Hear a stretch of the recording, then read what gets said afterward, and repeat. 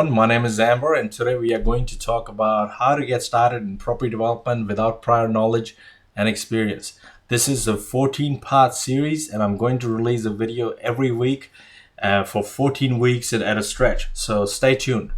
But before we go ahead, I just wanted to introduce you to my family. I'm just a normal guy, just like you. I have a daughter, she's 9 years old. I have a son, he's almost 15. I have a beautiful wife, and I've got a dog. His name's Milo. And in my experience as a property developer, this is what I've completed since 2012.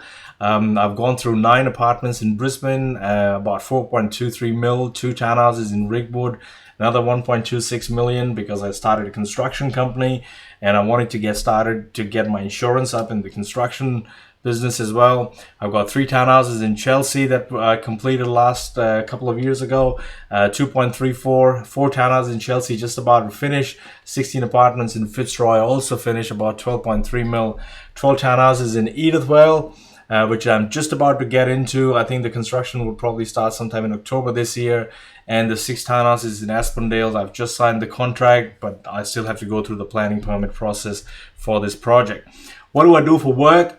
I teach people how to do property development, and I've got a development and a construction company. This is my development and construction company that you can have a look at. You could go there, have a look at our projects. Some of the new projects haven't actually gone on the site as yet, but they are going to be uploaded very soon. So this is what I do as an everyday job for work. These are my partners. One of them is a builder, the other one's a project manager, and I'm the development director where we run projects together and so on. So this is what I do. In terms of qualifications, I've got an industry diploma in property development. I've got a diploma in finance and mortgage broking. I've got a certificate 4 in finance and mortgage broking. I've got a master's in business in marketing and finance. I've also got a postgraduate diploma in business management, marketing and finance. I've got a Bachelor of Business in Accounting and Finance, and I've also got a Real Estate Institute of Victoria REIV Agents Rep Certificate. The reason I did that because there was a time I really wanted to get into to have my own real estate company, but I felt that construction and development takes my time, takes all of my time, so there's no time to do that. So I don't want to spread my efforts too thin and just want to concentrate on, that's the reason I did REIV. But anyway, feel free to connect with me. I've got a Facebook page. I've got different Facebook pages where you could connect with me. This is my website for property development system. This is our Facebook page. That's where if you click on the post that you are looking at, you can get to this page.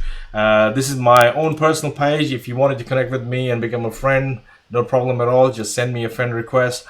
And this is a closed group that I run for my students, and my students post their questions over here, and I try and interact with them and answer their queries. You could connect with me on LinkedIn if you wanted to, or follow me on Twitter if you wanted to.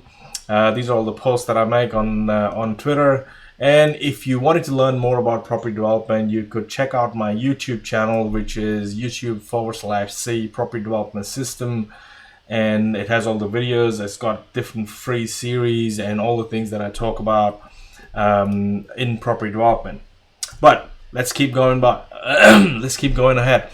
There are certain quotes that I live by. Number 1 is, you don't have to be great to get started, but you have to get started to be great. So it doesn't matter where you are in life at this point in time. If you want to get somewhere, you just have to get started. Don't think about the situation is less than ideal, the resources are less than ideal, the opportunities are less than ideal. You will never get going until you jump into it, until you get started. And that's how I've actually got to a point. That's how I've actually got to where I am today, because at one time I just couldn't move. I was frozen, I was scared, I was full of fear. But I said to myself, if I don't do this, and then what happens? And that's what actually made me go ahead. So, and the other quote that I live by is that if you have no enemy within, the enemy outside can do you no harm. It's an old African proverb.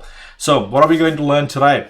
The most important thing that you need to control in order to get started in property development, this is the most important thing. Number 1 thing, if you don't control this, then you won't be able to move ahead from this point on. So, What is that one thing? That one thing, my friend, is mindset. And you're gonna say, ha ha, tell me something that I don't know. Well, let me ask you this. Do you fear success? Do you dwell on too many options? Do you quit when the going gets tough? Or do you let others waste your time? Or do you avoid hard work? Do you try not to take responsibility and blame others? What do you usually do? Do you try and get even with people, or do you try and get ahead in life? So you can either get even or get ahead. So you choose. And you tell yourself negative stories. And do you spend a lot of time planning and researching and doing all of that, but not really actually taking any action? Do you not cut yourself any slack, or are you hard on yourself, or do you talk yourself down, or have you got a poor self-image? So what happens is, most of the time when people start into this, they self-sabotage themselves, and they self-sabotage their development projects. And I'm not joking. I've had experiences with other investors, and I've seen people doing developments who've actually gone ahead and self-sabotaged themselves through the process. And your behavior is said to be self-sabotaging when it creates problem and interferes with your long-standing goals. So on one side, you really want to go ahead and do these things. On the other side, you're telling yourself that everything will fall fall to pieces, everything will go south, you won't be able to do these things. So these are two conflicting behaviors. On one side, you're saying, I want to achieve this, I want to be rich, I want a better life for myself, my family, I want to provide for my children. But on the other side, you're saying, no, it's too risky, it's too hard, and the situation is less than ideal and all that. So that's self-sabotaging. And it's a part of your personality that acts in conflict with another part of your personality. So you either have a growth mindset or you have a fixed mindset, and you can say that there are different kind of questions and different kinds of statements you say to yourself. Things like, I can learn to anything I want to learn. But on the other side, you could be saying, I'm either good at it or I'm not. So these are the things that you got to be careful of when you are getting into property development. So in order to be a successful property developer, first and foremost, you must have a predictable system in place that you can follow over and over again without thinking. It's like rinse and repeat. You do it and you do it all over again, and you just follow things. However, you must have to be willing to push through your comfort zone. And you can never allow self-doubt to stop you from achieving what you truly deserve. So, and the other part is, you got to play the game to win. Are you playing the game to win, or are you playing the game to lose? I'll give you an example. I've had a failed business in the past. I used to import home furnishing textiles years ago. I think until from 2005 to 2008, that's what I was doing. I was importing textiles from overseas, trying to wholesale and retail it here. My business just went south. I had a lot of losses. My self-esteem was shattered. Like, it was rock bottom. I just felt like a failure. And but when I look back at my life, or that time in my life, I always played the game not to lose. I was always scared of losing. I was always doing things so that I didn't lose, so I didn't fail. But when I look at the way I do things now, it's very different, because I've gone through that transition. I've gone through that transformation where I now do things to make sure that I win. So there's a difference in there. So property development is the fastest way to generate equity, and however, because of its very nature, it requires a very strong mindset. Every morning you got to get up and troubleshoot. Every morning you got to get up and be resourceful, and you got to consistently take action. However, I kid you not, it starts getting easier with every project that you turn over.